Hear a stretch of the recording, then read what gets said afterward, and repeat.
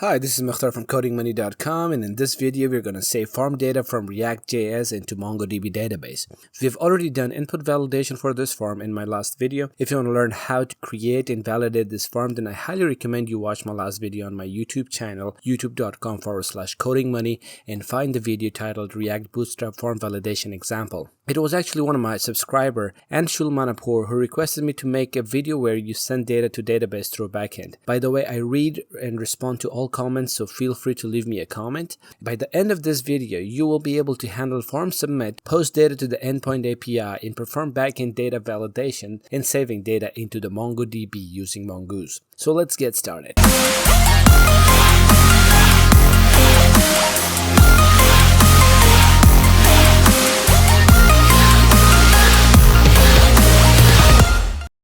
Before we start coding, let's take a look at this diagram and really grasp the concept of what we want to do here.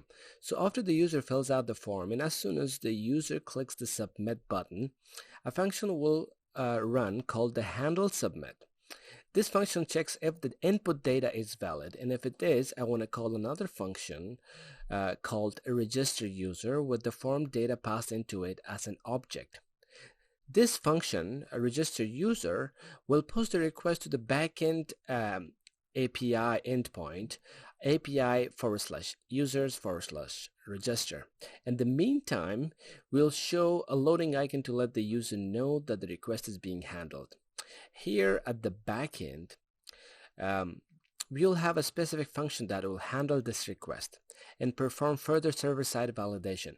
If the data is good, we'll use mongoose to save the data in the MongoDB database. And then we'll respond back with updated data and display a success message, or we can redirect the user to another page. In case there is an error, something happens and the request fails, we want to show error. We want to let the user know by showing that error onto the screen. So basically, we'll handle three types of actions. We'll dispatch user_register_request as soon as the user clicks the submit button. There's a property loading equals true, which will show the loader icon. Once the request has been successful and there's a response, we'll store the action payload into the user info. Success set to true, loading will be false. This will disable the loader icon and set the success equals to true. In case the request fails due to some reason, we'll dispatch user_register_fail. The loading property will be false. We'll have the error and the action payload. So now let's get started with the coding. Alright, so this is where we left off in my last video. I'll leave a card link for you on the screen so that you can easily find the video if you want to follow along. This is the handle submit, which is invoked as soon as the user clicks the submit button. It checks for the errors, and if there are no errors, we can submit the form by creating a function called register user and passing the form object in it. But this is not going to be a regular function. It is going to be a special React Redux function called the action creator.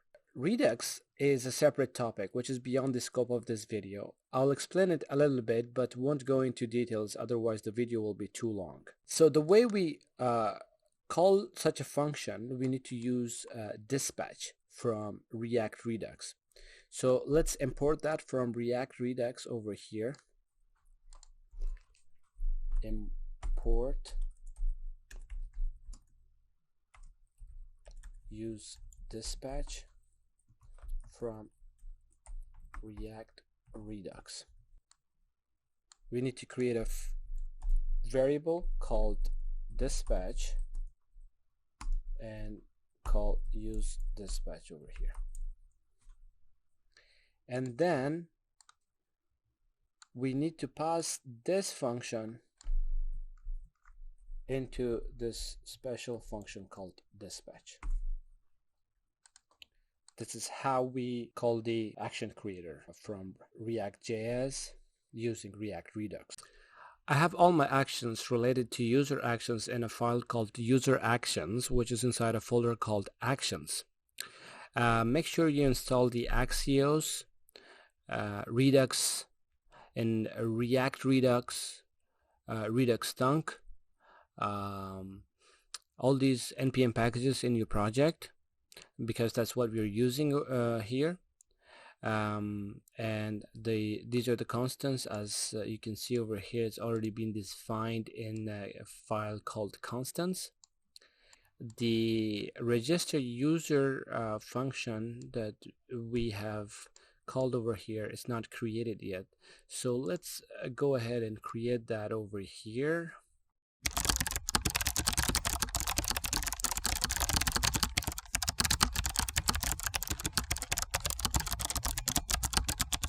We'll export this function from here so that we can import it into the register screen.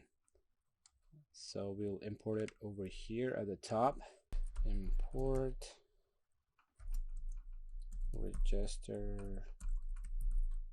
user from action user actions. Let me quickly explain what this function is doing. As you can see, register user is an error function that takes in form object and returns an asynchronous function that takes in dispatch.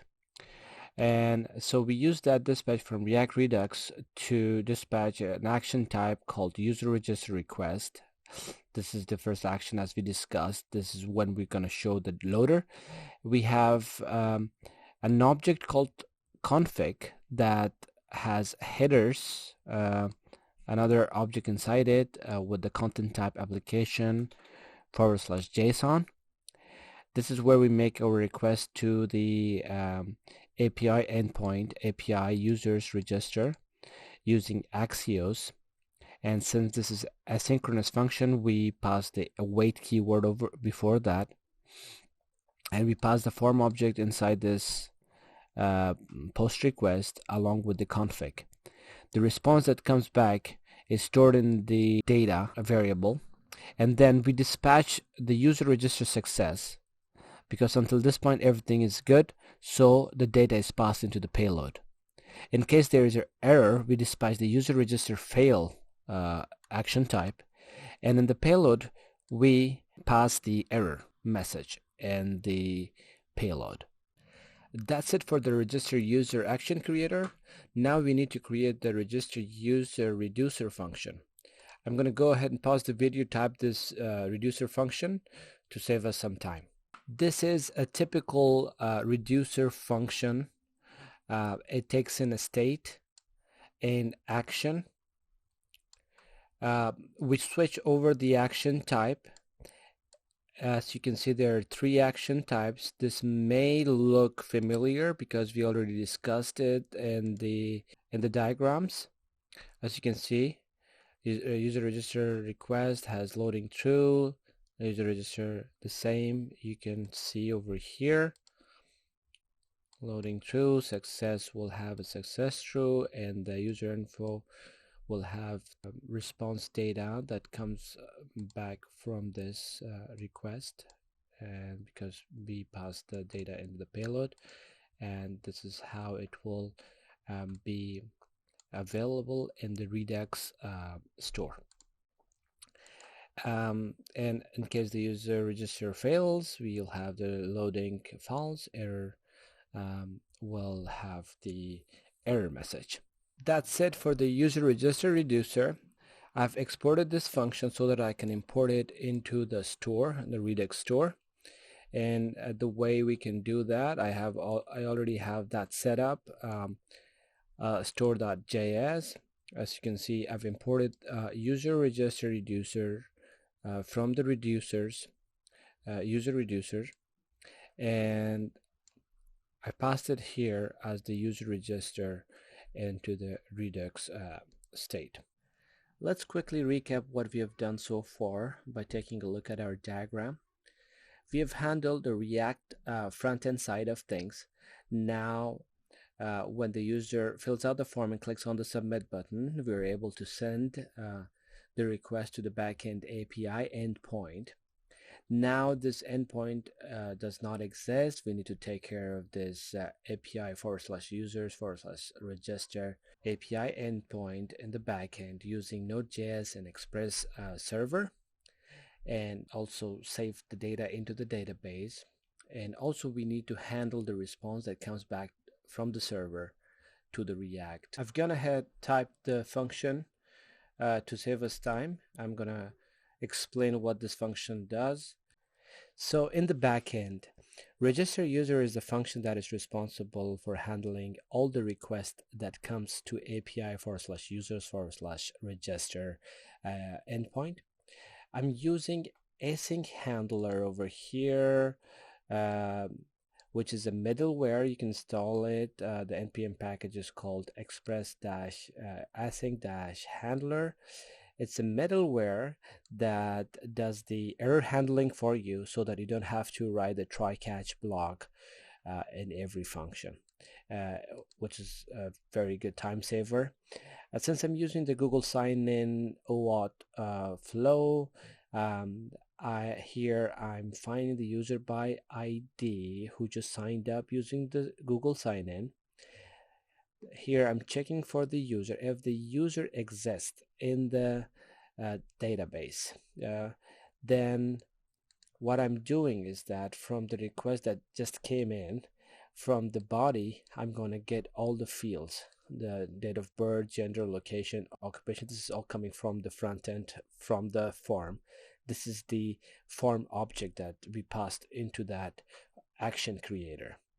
Here I'm doing the basic validation, the same as I'm doing on the front end, and I'm updating the fields here. As you can see, I'm not inserting new data into a table. By the way, in MongoDB, a table is called a document. So I'm just updating the document, or you can say a table. And here, once the data has been updated, I'm storing that into the updated user variable, and I have a wait keyword in front of user.save because it's asynchronous. And then I respond back the updated user's data. I send back in the response the updated user's data. If the user cannot be found, if there's an error, I'm going to throw a new error saying that the user not found. And I'm exporting this function at the bottom, as you can see, register user, so that I can import it into the router. I mean, into the, let me show you. So this is a controller file that I have inside the controllers folder. I have another folder for the routes, as you can see over here. Inside the user routes, this is the endpoint. There's a mistake. It's supposed to be post. You can use a put also. It's not a big deal. So this is the route, you know, register /register. As you can see, API /users. I have defined it into the main index file of the server.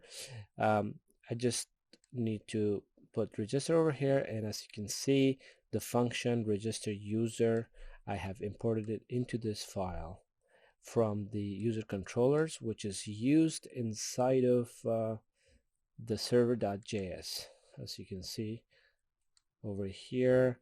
So I'm importing all the user routes over here, and I'm using the app.use middleware to define the API /users, all the user routes to use this endpoint. That said, for the backend, we've taken care of the Node.js Express, the backend side of things, including saving to the database. Now we need to come back to the front end, to the React, to handle the response, and then we're done.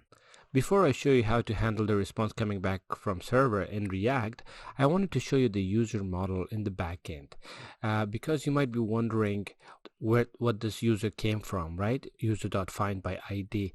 This is the user model. As you can see, I've imported it from models /users, and this is the file.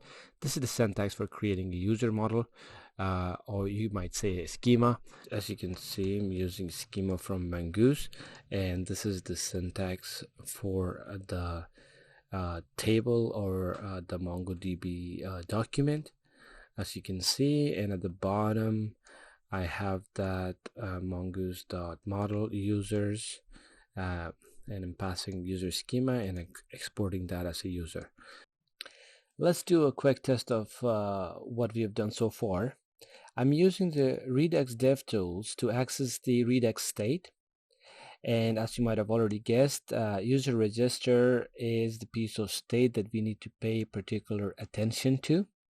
I'm going to fill out this form with random data to just test it.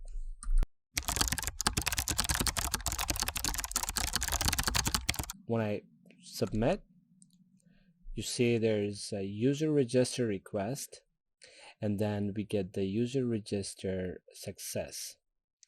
And if I expand the user register piece of state, I see that the loading is false, success is true, and the response from the backend comes back into the user info, and this is the updated user information that we just entered into the form right now. So things are looking good. Now we need to access this piece of state from the Redux store, and how we're going to do that is using another function from the React Redux called the useSelector. So let's import that here, useSelector.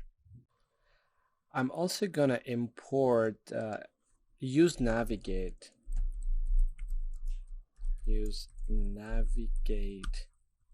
from React Router DOM, because I want to navigate to a different page if the form submission is successful. And I need to use the useEffect hook from React. Okay, so to access the user register from the Redux state, we'll create a variable called user register, and I'll use the useSelector here.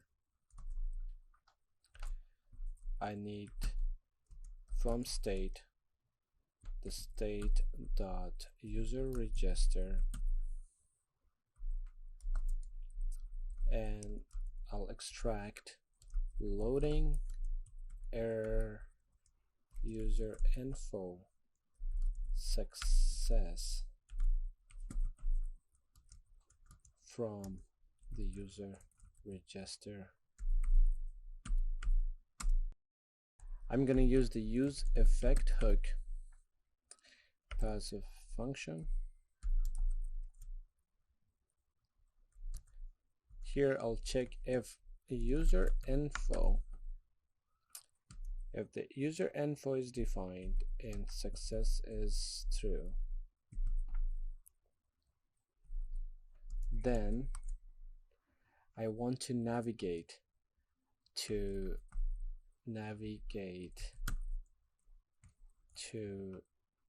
a different screen called num verify. And to use the navigate here, I need to define this here, const navigate. I'll use navigate. Now it will work. So if form submission is successful and we get the response data into the user info, then we want to navigate to number verify, right? And we need a mechanism to show the errors. So down below here, above the form, I'm checking for error. If there is an error, I will display that inside this alert message component that I've created. and if the loading is through, right, then it will show the loader. All of this is coming from the redux state. You see, loading, error, user, info, and success. So with this, we have reached the end of the video and our form submission has been completed. We need to do a quick testing to see how it goes. Let's do a final test to see if this works. I'm gonna put random data into this form for testing. Once I click the submit button, I should be able to be redirected to a new screen called the screen verify. Take a look at this register.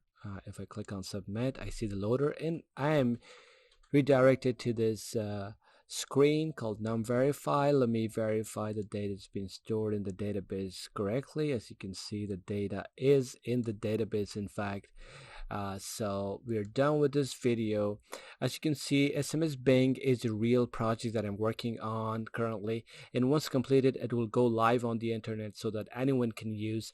I'm a self-taught developer, so I will use real-life projects to do case study on a variety of subjects that ranges from how I learned the mern stack, developing website from scratch, to do online marketing and search engine optimization, all the way to monetizing and making money from it. And we'll share the results with you on my YouTube channel. So if you don't want to miss that, then please subscribe to my YouTube channel and don't forget to hit the notification bell. See you in another video.